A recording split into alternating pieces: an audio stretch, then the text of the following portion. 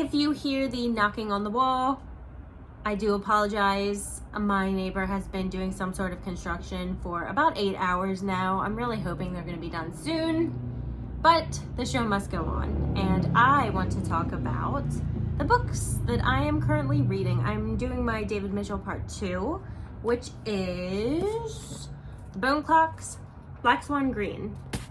Last video, these have just been taking me so much longer than I thought they were, so I went ahead and split it into 2 videos. Last video I did Utopia Avenue and The Thousand Autumns of Jacob de Zoet. This video is these 2. I read this one. Out of all the David Mitchell books that I have read thus far, Black Swan Green may be the simplest. And I don't say that in any sort of negative connotation. Simple, and that it's a very straightforward coming-of-age story about a 13-year-old boy named Jason. There's no kind of supernatural fantasy elements that somehow find their way into an otherwise normal book. There's no kind of 50 different POVs that somehow connect through the ages. It's just a 13-year-old boy, I believe he lives in England, growing up. We follow him over the course of the book for about a year, maybe a little over a year. I believe he's in middle school. And we just go through the typical experiences that universally most children go through as they're growing up. One of the first things we learn about Jason is that he struggles with stuttering. Now, initially, he has a pretty good grasp on it, especially during school. You know, he doesn't want to show it too much to the other kids because they're going to laser focus on any way that you are different, that you are other, and they are just going to attack that like some children do. So he plays like mind games, and he has all these little tricks where if he's talking in a conversation and he notices a word coming up that he might struggle with, he automatically will switch to like a synonym. And he just constantly goes through that, and it seems very exhausting. Jason has an older sister. She's moving away to college, so for the first time he's dealing with that sibling vacuum at home. It's not coming at a great time either because his parents' marriage is falling apart. They're going through the process of separation, and Jason is caught in that secondhand tension of being caught in the middle between the two. He has a secret love of writing poetry, and he can't really share this with anyone because, as you might imagine, it's not the coolest activity for a 13-year-old to be a part of. So many of the other things are just the kind of universal experiences: going through your first crush, standing up to bullies, being victim of bullying, having the tables turned where you feel like you have a little power and you need to decide, oh, am I going to become a bully? Am I going to pick on the people who are weaker than I am? For the first time, there are these external pressures being put onto him, and it really helps him discover who he is, as cliche as that sounds, and what he wants to stand for, what kind of person he wants to become. He finds out that his parents are not as perfect and untouchable as he once thought, that they make mistakes, that they experience fear, that they might not be so different than him, and that growing up might not be kind of the solve-all that you initially think it is. He discovers how cruel children can be, as we all do probably, and how vulnerable and isolating it is to be among all these people and to be seen as other, or to have something set you apart in a negative way. It is very believable that this book would come from the mind of a 13-year-old boy, and I always have so much admiration for the authors that are really good at writing coming of age stories, because they instantly transport you, the good ones do, back to childhood, and you remember experiences that you might have forgotten for like 20 years, but immediately you're like, oh yeah, I know what that feels like. I remember going through that. It is written, I personally think, in a very like stream of consciousness way, which again, I think just goes to show that it's supposed to be coming from the mind of a teenager, where it's just kind of like go, go, go, get distracted, go, go, go, but it's not in a bad way. When I do think of coming of age stories, my thoughts kind of immediately go to things that I read when I was younger. So like, what were some good ones? Like Where the Red Fern Grows, The Outsiders, which I read way more recently, but things that I read when I was the age where you're supposed to be, or supposedly you get the most out of them. It would be like Perks of Being a Wallflower, some John Green stuff, I think, Hatchet. What was the Blue Dolphins? The girl who, something of the Island of the Blue Dolphins? I can't quite remember. This didn't give me the emotional connection that I would equate with those coming of age stories. And I don't think it's just because I wasn't at that age when I read this, because like The Outsiders, I read that I think last year. And I had like, that was like a big emotional, like, take your heart out, throw it on the ground. I just didn't get that with this. I got more of the kind of amusement, the, oh yeah, I remember what that felt like, but I didn't connect emotionally with the experience or the characters as much as I did with a lot of others. It still was a good book. It still was an enjoyable read.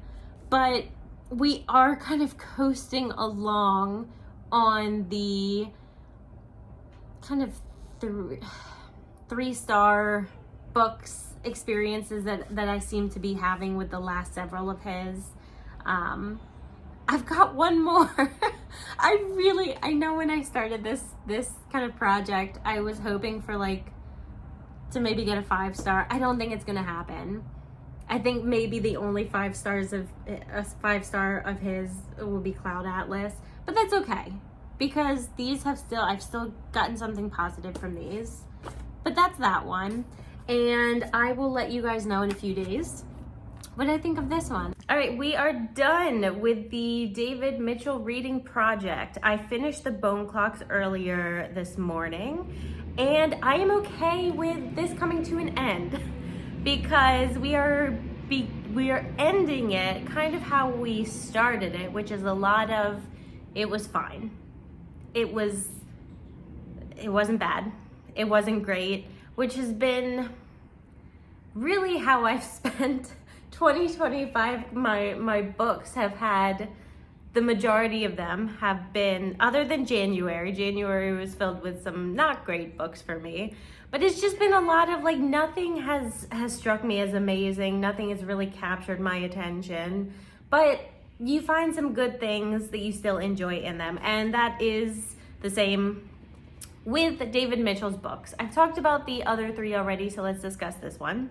This, I would say, is probably most similar to Cloud Atlas as far as the format, where we get different POVs and they are all somehow interconnected. So in this instance, the first and the final novellas, this is like six or 7 different novellas in here, are about the character Holly from her point of view. And in between, the characters are all somehow connected to Holly. We start the book with Holly when she's 15 years old, and there are some issues going on at home because, surprise, surprise, Holly's mother isn't crazy about the fact that she is dating a like 27-year-old man. The book never really delves into that subject further, you know, it being problematic, but Holly decides she's leaving home because she's in love with this boy, goes to the boyfriend's house, finds out he's cheating on her with, I think, her best friend. She still doesn't want to go home. She's very hurt, so she decides she's going to still run away, but she's going to go to a farm where she can work as a farmhand, like picking vegetables or fruit or something. She isn't there for too long before she gets word from a mutual acquaintance that her brother has disappeared. And the police think that he's with her, so she needs to return home to let the authorities know her brother's not with her, he's actually missing, something bad may have happened. So that's Holly's kind of chapter 1 into Holly. The next point of view we get is from a boy, I think he's 20-ish years old. I don't remember his name. He's very spoiled, he's upper class, attending some prestigious university, and he meets Holly at first a bar and then a ski resort. And he's involved in fraud, defrauding his friends, because there's something quite not right with him. The way he does or doesn't connect with emotion, the way he can use people pretty cruelly. It's an interesting look in his head. His chapter isn't very long though. It's interesting, but then it's kind of over. I believe the next novella is focused on Ed, who is Holly's husband. He's a war reporter. That's probably my least favorite. I just did not like his character. I found him really tedious and boring, and I just wanted that section to be over with. Fortunately, we don't spend too much time with Ed before we move on to what was probably my favorite portion of the book, which centers on a man named, I think it was Crispin Hershey. Now, he's this very curmudgeon-y, grumpy author who used to be really popular. He still is very popular, but his first book that came out was seen as this kind of work of literary genius, won all these sort of prestigious literary awards. And his most recent book isn't doing so great. There was one specific critic that wrote a pretty scathing review, just kind of dragging him through the mud. And that turns his world upside down. He's got a really negative opinion of most other people. He and Holly become kind of sweet, unlikely friends. And as his story progresses, he's given the opportunity to exact revenge on the literary critic who so wronged him. And it doesn't end well for anyone. And in the final portion of the book, we return to Holly's character. The world has very much changed in the 60 years since we've seen her last. There is a food shortage. There's no fuel. People are starting to steal from each other to survive. Society's breaking down. Climate change has had a really bad impact on everyone. And the world as we know it now is pretty much done. So that's the book. It is in many ways a very political book. David Mitchell definitely does not shy away from giving his opinion on many things. I'm never one to say an author can't give their opinions on politics or social issues or whatever. I think whether you do it purposefully or not, that's probably going to trickle into your work. However, I don't typically like reading overtly political stuff just because I get so much of it just from living in the world. Books are kind of my escape, and I like to leave that stuff behind. Some of the things he writes about as well, not all of them, but some of them are pretty one-sided. Whether I agree or not with what an author is saying, I do really like when they attempt to show both sides of a subject. I don't think this really did that, but at the same time, he is writing from the point of view of people, and people typically have one side that that they see and they believe in, and they think this is the right side. So in many ways, I guess that's apt since you are writing from a person's perspective. The other thing that I just wasn't crazy about is the fantasy elements.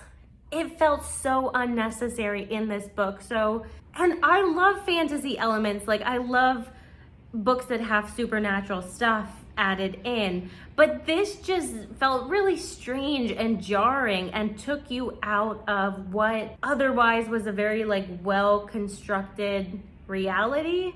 There are these two factions, these two immortal factions. One is good and one is evil, and they've been warring through the centuries, and they move bodies, or they steal bodies, or they'll hide in people's minds, and there just seemed to be no point to them. I didn't understand that part. I didn't see that it was necessary. To me, it just took away more than it added, which, if you know how much I love fantasy, that's really saying something. But that was the Bone Clocks. And as with everything, good things, bad things.